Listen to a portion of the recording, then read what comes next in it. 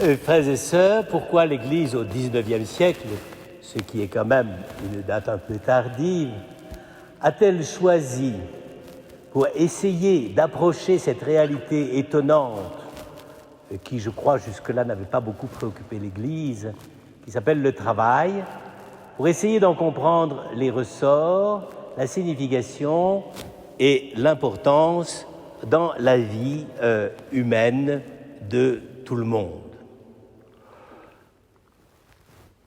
Vous remarquerez que, ça mérite quand même d'être noté, on n'a pas fait une fête de Jésus artisan.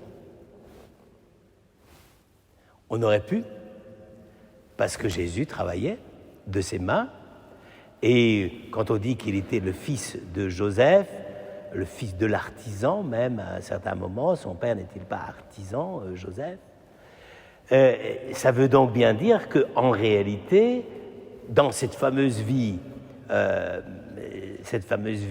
privée, la vie cachée, n'est-ce pas? Eh bien, la vie cachée, Jésus avait passé son temps à l'occuper par le travail. Ça, j'allais dire, je ne pense pas... Enfin, on pourrait peut-être imaginer qu'il avait un côté hippie et qu'il partait avec sa guitare, chanter de temps en temps sur les routes de Galilée, et que c'était là qu'il aurait fait ses premiers pas vers la célébrité. Ça, pas du tout. C'est pas son style. Et donc, Jésus a dû travailler de ses mains, etc. D'ailleurs, c'est très intéressant de voir comment, dans le discours de Jésus, la plupart du temps, on dit oui, c'est parce qu'il parlait à des paysans, à des pauvres gens, etc. Non, c'est parce qu'il avait observé les gens travailler et qu'il avait travaillé avec eux. Donc, c'est pas faute d'avoir un patron divin, mais de fait, le travail ou l'artisanat, ou disons l'occupation des hommes qui consiste, on va voir quoi, méritait un protecteur ou un exemple ou un modèle, et c'est pas Jésus qui a été choisi. Alors je sais, ça vient aussi du fait que à la fin du XIXe siècle, il y a eu une sorte de regain d'admiration et de dévotion pour Saint Joseph, et qu'on s'est dit, ah ben voilà un bon créneau, le travail, Saint Joseph, travailleur, artisan, etc. Voilà tout à fait l'occasion rêvée de le promouvoir et de le mettre en bonne place dans les valeurs spirituelles qu'il fallait défendre à l'époque, dont d'ailleurs entre nous soit dit, et c'est comme je le disais au début, il faut quand même bien dire que l'Église, ni dans l'Antiquité, ni au Moyen-Âge, ni à la Renaissance, jamais l'Église ne s'est préoccupée d'exalter le travail. Comme vous le savez, le mot travail vient du mot trabellum, et ça veut dire supplice, torture. Donc, on n'avait absolument pas l'idée qu'il fallait valoriser le travail comme tel. Il faut attendre effectivement la grande révolution, d'abord artisanale, avec les sociétés surtout XVIe, XVIIe siècle, n'est-ce pas, où les artistes, qui sont d'ailleurs encore considérés comme des travailleurs, n'est-ce pas, commencent à essayer de donner une idée assez haute du travail, en tout cas pour certains domaines. Et puis ensuite, la révolution industrielle, qui d'ailleurs ne vient pas non plus d'une société tellement portée sur la dévotion aux saints patrons. Hein. La société anglaise, les saints patrons, c'était ceux qui embauchaient le prolétariat de Londres et des grandes villes d'Angleterre.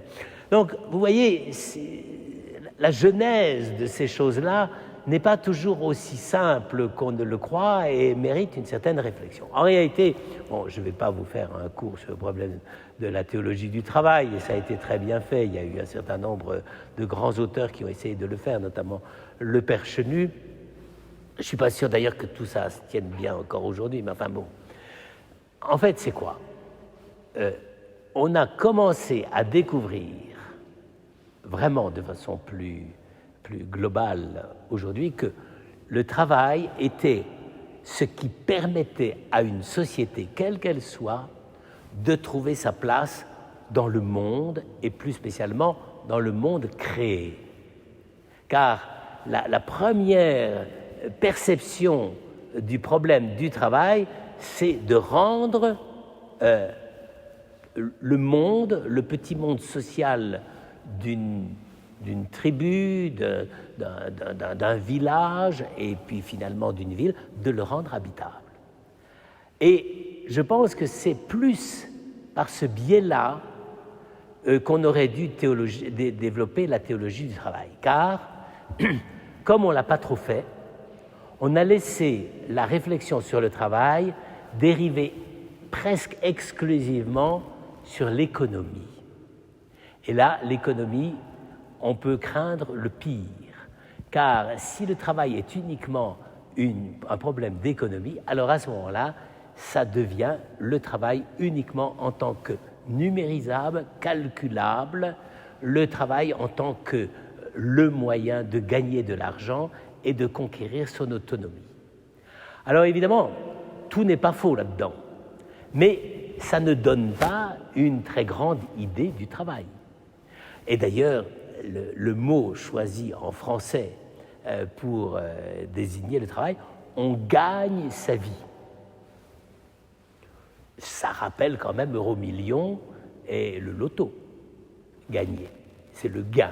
C'est d'ailleurs, c'est un peu le coup de chance qui fait que ça marche. Et d'ailleurs, la constitution des grandes fortunes aujourd'hui dans le monde, c'est effectivement des gens qui gagnent. Et c'est maintenant que dans un certain nombre de discours politiques, on entend ça, les gagneurs, ceux qui gagnent, n'est-ce pas? Et à ce moment-là, évidemment, le travail devient une réalité plus que critiquable. Ça devient un moyen de pouvoir. Alors, vous voyez, frères et sœurs, c'est assez difficile de penser le problème du travail. Or, s'il y a quelque chose et qui est original dans la Bible, c'est l'attitude extrêmement critique vis-à-vis du travail. Ça peut vous paraître un peu bizarre, mais un des moments où on critique le plus le travail, c'est quand on raconte la genèse des idoles. Eh oui, parce que qu'est-ce qu'on raconte au sujet des fabricants d'idoles? C'est qu'ils mettent à profit leur travail, leur savoir-faire, avec du fer, de l'or, du bois, des clous, des ciseaux pour tailler le bois, etc. Et qu'est-ce qu'ils en font? Eh bien, ils en font des idoles. Et donc, la première apparition, si je puis dire, dans la vie sociale, je ne dis pas le paradis terrestre, parce que précisément, le paradis terrestre, on veut dire que l'homme finalement ne travaillait pas beaucoup, n'est-ce pas? Et il récoltait les fraises, les poires et les carottes, n'est-ce pas? Là, c'était plutôt cool, n'est-ce pas, le travail au paradis. Mais là, précisément, quand on est dans le monde de la Bible qui réfléchit sur le problème du travail, on s'aperçoit que le regard est assez critique. Pourquoi? Eh bien parce qu'à la fois, on voit bien les déviations possibles du travail, qui sont quand même les idoles, c'est de l'or, de l'argent, etc., c'est de l'accumulation de richesses, pure et simple. Certes par le culte avec la bénédiction des dieux et des idoles, mais ça n'empêche que c'est quand même du gain au sens presque le plus radical et le plus banal du terme, n'est-ce pas? Or, précisément, ce que la Bible a mis beaucoup de temps à essayer de mettre au point, c'est le travail comme mise en œuvre de la sagesse humaine. Inutile de vous dire qu'on en est loin, et que le taylorisme n'est pas exactement la meilleure illustration de ce qu'est le travail humain. Car précisément dans le taylorisme, ce qu'on risque à tout moment, c'est d'abêtir les gens par le travail.